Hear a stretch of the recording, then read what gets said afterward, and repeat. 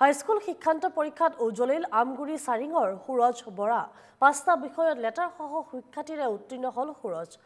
আৰু শিক্ষাৰ উপৰি সাংস্কৃতিক দিশতো আগ্ৰহ সুৰজ বাঁহীবাদন প্ৰতিভাৰেও সুৰজ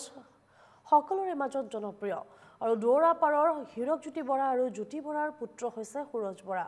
দিন হাজিৰা কৰা পিতৃ হীৰকজ্যোতি বৰাৰ মুখত এতিয়া সন্তুষ্টিৰ হাঁহি আৰু এই সন্দৰ্ভত আগবঢ়াইছো আমগুৰিৰ পৰা আমাৰ সাংবাদিক সমীৰণ দুৱৰাৰ এক প্ৰতিবেদন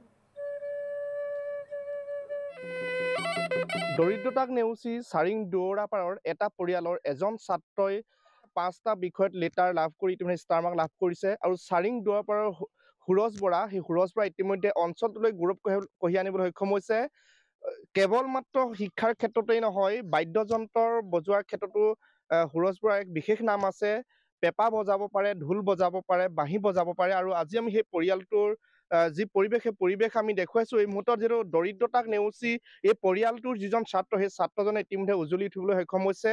চাৰিং অঞ্চললৈ গৌৰৱ কঢ়িয়াই আনিবলৈ সক্ষম হৈছে যিহেতু ক'ব লাগিব যে পিতৃয়ে দিন হাজিৰা কৰে আৰু মাতৃয়ে অশেষ কষ্ট কৰি যিজন সন্তান সেই সন্তানটোক ইতিমধ্যে শিক্ষাৰ ক্ষেত্ৰত আগবঢ়াই নিবৰ কাৰণে যৎপৰোনাস্তি চেষ্টা কৰিছে আৰু আমি পোনে পোনে সুৰজ বৰা ওচৰলৈ আহিছো তোমাৰ ওচৰলৈ আহিছো কি ক'বা তুমি যিহেতু আজি 5খনকৈ বিষয়ত লেটাৰ মাৰ্ক লাভ কৰিবলৈ সক্ষম হৈছে গতিকে ইয়াত তুমি কাক বিশেষভাৱে ধন্যবাদ জনাবা মই এই যিটো মই আজি পাছ কৰিছো ভালকে মই এইটো মই নিজৰ মা দেউতাক দিবলৈ বিচাৰিছো কাৰণ মা দেউতাই মোৰ কাৰণে বহুত কষ্ট কৰিছে আৰু মই সেই কষ্টটো বুজিয়ে মই মানে এনেকে মই ভাবি লৈছো যে মই মা দেউতা মুখলে হাঁহিটো আনিম সেই বুলিয়ে মই আজি এনেকে তুমি কিমান পাৰ্চেন্টেজ পাবলৈ সক্ষম হৈছে মই 80% কোন স্কুলত পঢ়িছিলা মই ৰাধাকান্ত ফুকন উচ্চ মাধ্যমিক বিদ্যালয় বয়স ভৱিষ্যতে কি হ'ব বিচাৰা ভৱিষ্যতে মই পুলিচ SI বিষয়ে হ'ম বুলি ভাবিছো আৰু কিবা তুমি যিহেতু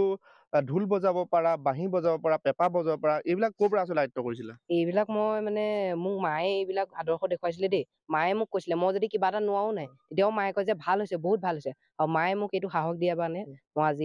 এইডোখৰত উপস্থিত হ'বলৈ তোমাৰ পিতৃয়েও বহুত কষ্ট কৰে তেওঁ যিহেতু হাজিৰা কৰি আহি তোমালোকক এটা পোহপাল দিবলগীয়া হৈছিলে পিতৃক কি সন্দৰ্ভত কি হ'ব মই পাপাকতো বহুতেই ধন্যবাদ জনাওঁ কাৰণ পাপাই একো মোক নকয় কিন্তু এটা পাপাই যিটো কষ্ট কৰি মোক দেখুৱায় আৰু মই যিটো বিচাৰো মোক তাকে দিয়ে মই এটা যদি পেঁপা বিচাৰো যদি বাঁহী বিচাৰো মোক একো নকয় ধুনীয়াকে আনি দিয়ে আৰু মোক মানে বহুত পাপাই মৰম কৰে মই সেইটো বহুত নিজৰ বুজিছো মানে আৰু কষ্টটো মই দেখিলে মোৰ বেয়া লাগে মই সেইটো কাৰণে আজি এইটো এনেকে উপস্থিত হ'বলৈ সক্ষম হৈছো আৰু এই মুহূৰ্তত যিহেতু তুমি পেঁপা বজাব পাৰা ঢোল বজাব পাৰা এটা পেঁপা বজাব তুমি এবাৰ পেঁপা বজাব লাগে এবাৰ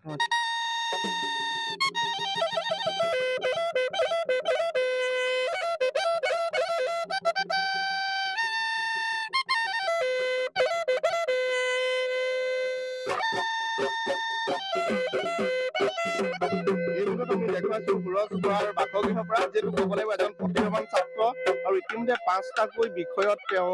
লেটাৰ মাৰ্ক পাবলৈ সক্ষম হৈছে আৰু